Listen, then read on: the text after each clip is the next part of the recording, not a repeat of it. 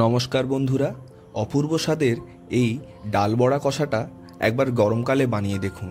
দারুণ খেতে, রান্নাও খুব সহজ। প্রথমে আমরা মুসুরির ডালটাকে রাত্রেবেলা ভিজিয়ে এইভাবে পেস্ট করে নেব। তার সঙ্গে পেঁয়াজ কুচি, লঙ্কা কুচি আর দুটো ডিম। প্রথমে দুটো ডিম ফাটিয়ে আমরা ডালের মাখনাটার উপরে দিয়ে দেব। সঙ্গে দিয়ে দেব পেঁয়াজ কুচি ও কাঁচা লঙ্কা। স্বাদের জন্য পরিমাণ মতো লবণ দেব।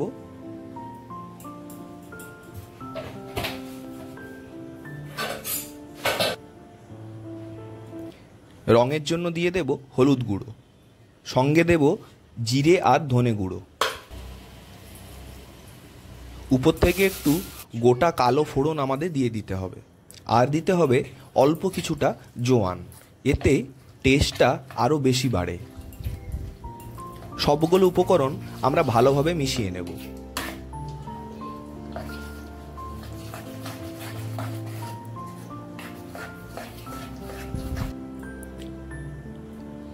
দেখুন, ভালোভাবে মিশে গেলে উপর থেকে আমরা সর্ষের তেল দিয়ে আরও কিছুক্ষণ এটা ফেটিয়ে ফেটিয়ে ভালো করে মিশিয়ে নেব।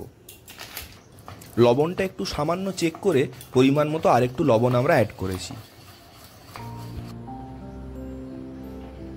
একটু চ্যাপটা একটা কোনো প্যানে সর্ষের তেল প্রথমে গরম করতে দিন। তারপরে পুরো যে মাখাটা সেটা ওর মধ্যে দিয়ে দিন।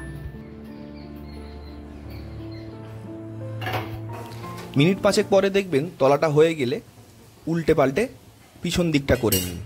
পুরোটা হয়ে গেলে দেখবেন একটা পুরো কেকের মতো লাগছে। রঙটা কালো আসার জন্য চিন্তার কিছু নেই, ওটা ডালের সামান্য পোড়া অংশ, যেটাকে চেঁচে দিলেই হয়ে যাবে। তারপরে আমরা সেই প্যানেই আর একটু সর্ষের তেল দেব। সঙ্গে দেবো একটা তেজপাতা, দুটো শুকনো লঙ্কা, অল্প একটু দারচিনি, দুটো এলাচ আর একটু ফোড়ন। তারপরে দিয়ে দেব পেঁয়াজ পেস্ট।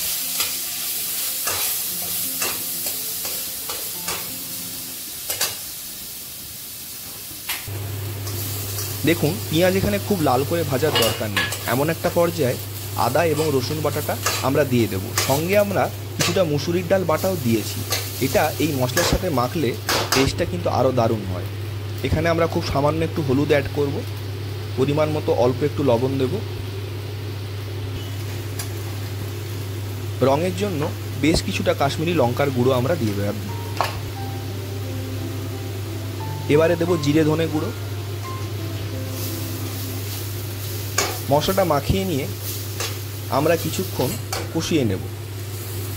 এরপরে আমরা দিয়ে দেব টমেটো পেস্ট।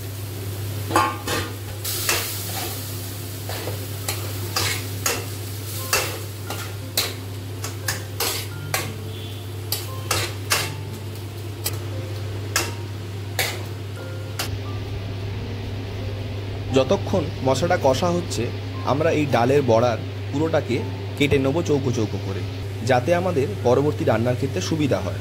আর এতে করে রান্নার টেস্টও বাড়ে, কারণ পুরো ভিতরের ডালটা মশলার সাথে ভালো করে মাখতে পারে। এমন একটা পর্যায়ে আমরা কিছুটা মশলার জল দেব এবং এই মশলাটা যাতে তেল ছেড়ে দেয় ততক্ষণ অপেক্ষা করব। এরপরে আমরা দিয়ে দেব আগে থেকে ভেজে রাখা আলুগুলো।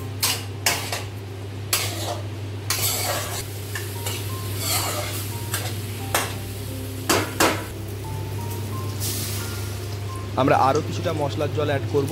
আলুগুলো কিন্তু একটু সিদ্ধ হতে জল লাগবে, তবে রান্নার শেষে কিন্তু এই তরকারিতে একদমই জল থাকে না। মিনিট পাঁচেক ফুটিয়ে নিয়ে তারপরে আমরা ডালের বড়াগুলো সবটাই একসঙ্গে দিয়ে দেব।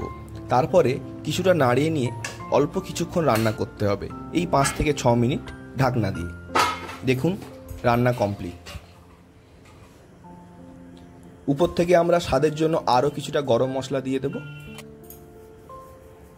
সঙ্গে দেব কিছুটা কাসুরি মেথি।